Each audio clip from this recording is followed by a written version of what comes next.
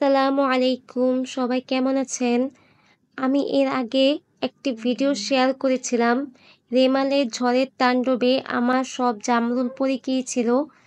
ঝড়ে সব পড়ে যাবার পরেও কিছু জামরুল গাছে অবশিষ্ট রয়ে গিয়েছিল। এবার সেগুলো পাকা শুরু করেছে এবং নতুন করে আবার ফুল আসা শুরু করছে।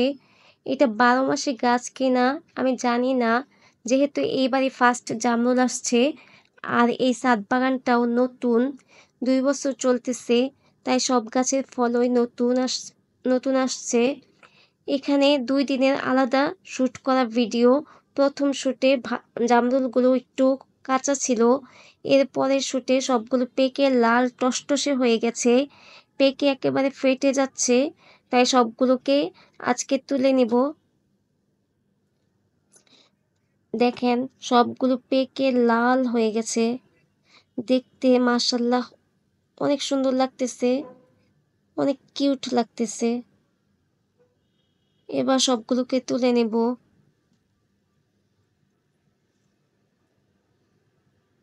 ধন্যবাদ সবাইকে ভিডিওটি দেখার জন্য। সবাই একটি লাইক করে দিবেন এবং একটি সুন্দর দেখে কমেন্ট করে দিবেন।